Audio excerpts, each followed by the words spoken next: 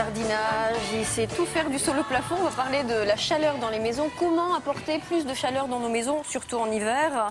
Cela vous concerne si vous possédez une cheminée ancienne. Alors Philou, on peut la transformer, cette cheminée ancienne, en faire une solution efficace pour se chauffer et respecter aussi l'environnement. Ce qu'il faut savoir, c'est que l'énergie du bois a séduit déjà 6 millions de Français.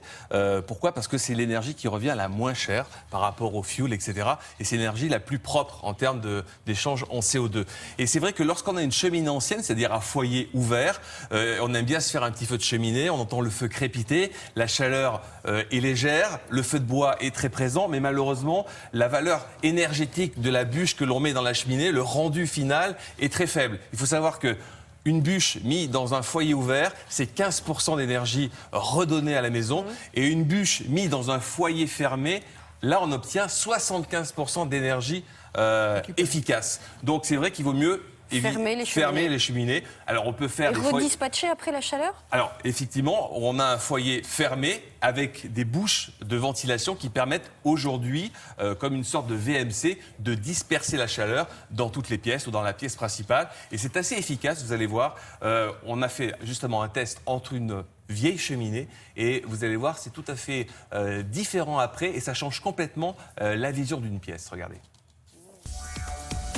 Transformer sa vieille cheminée à foyer ouvert en foyer fermé serait la solution pour valoriser une petite flambée de bois. Une cheminée sans aménagement particulier aurait un rendement de 15%, alors qu'une fois fermée, on atteindrait les 75%. Vu le prix du bois, faut pas hésiter. Quand on transforme une cheminée à foyer ouvert en un foyer fermé, il y a un certain nombre de choses dont il faut s'assurer. La première, c'est que les gaz de combustion puissent être évacués dans de bonnes conditions à partir du foyer fermé. Donc là, généralement, on passe par la mise en place d'un tubage qui vient prendre place dans le conduit d'évacuation. Mais il faut également ménager un circuit d'air, de l'air ambiant, qui, au contact de l'appareil, va se chauffer et par convection, c'est-à-dire l'air plus froid qui va venir en contact va s'échanger les calories avec l'appareil qui est en fonte et va ressortir dans la pièce réchauffée. Esthétique, moderne ou plus classique, aujourd'hui on a le choix. Se chauffer mieux passe forcément par une transformation de l'existant.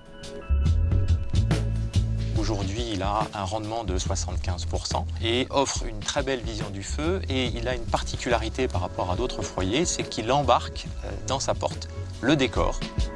La fonte est un alliage de fer et de carbone. Elle a la particularité de restituer la chaleur produite par le poêle, lentement et pour longtemps.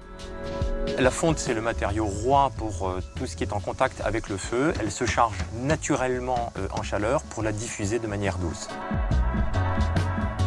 Le foyer fermé dont il est question est produit en France comme l'intégralité de nos appareils dans notre fonderie, intégrée dans le tissu économique des Ardennes depuis plus de 90 ans, et produit tous ces appareils, les assemble sur ces lignes de montage juste à la sortie de la fonderie pour ensuite prendre la direction de nos différents points de vente. On consomme moins de bois avec les inserts et foyers fermés. Autre point positif, ils émettent jusqu'à 10 fois moins de monoxyde de carbone que le foyer ouvert. L'avantage du foyer fermé, c'est de réchauffer l'air ambiant par un mouvement de convection naturelle. Mais comme l'appareil est en fonte, la partie visible qui est la façade amène aussi de la chaleur par rayonnement. L'aspect esthétique et d'emprise au sol de ces nouveaux foyers fermés est aussi un point non négligeable. On peut les habiller de parements muraux très esthétiques. Le foyer qu'on a installé, qui est un foyer décor, permet de complètement moderniser le dispositif de départ, de le remettre au goût du jour et d'aller chercher toute sa performance tout en s'intégrant dans le décor de la maison, parce qu'il ne faut pas oublier que c'est un élément du décor.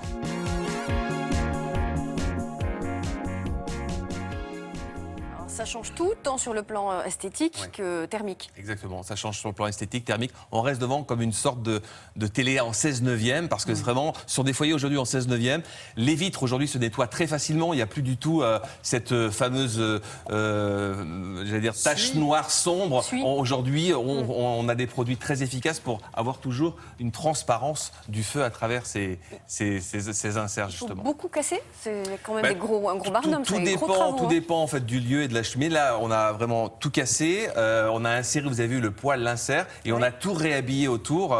Et évidemment, tout isolé avec une convection naturelle. C'est-à-dire que l'air froid passe par en dessus et est remonté naturellement par le feu de la cheminée et sort par en dessus. Donc on gagne beaucoup d'énergie, beaucoup de chaleur. On a gagné de la place, de l'esthétisme, on a fait l'esthétisme et on a gagné beaucoup d'énergie. On a gagné pratiquement 60% en plus d'énergie. On a perdu un peu de sous quand même.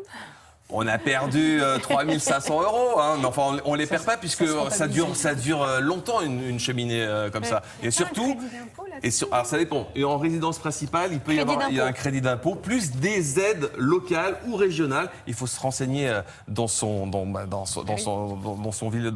ville, dans son village. Donc effectivement un crédit d'impôt et surtout on fait des économies d'énergie. Et souvent les 6 millions de Français qui ont choisi de se chauffer au bois l'ont utilisé en complément d'un chauffage existant, fuel, gaz, etc. Et ils font d'énormes économies d'énergie là-dessus. Et puis c'est très joli, le feu. Regardez, c'est un vrai panorama, c'est un vrai spectacle. Et puis qui dit feu dit fumée, n'oubliez pas justement les détecteurs de fumée obligatoires à partir du 8 mars. Hein. Attention, il y a des prix très bas. Faites attention de mettre entre 20 et 30 €, pas des choses à 9, 8 € parce qu'ils ne seront pas vraiment efficaces. Là, c'est un petit modèle sympa, ce qui vous permet de contrôler. Oui. Voilà, de contrôler avec une petite télécommande de temps en temps si le détecteur fonctionne toujours, tous les 6 mois, vous le faites. Voilà. On va Normalement, en reparler. c'est fait pour 10 ans, 10 années de vie avec les piles. On va en reparler avec Isabelle Martinet, la rubrique Conso, à la fin de l'émission. Merci beaucoup.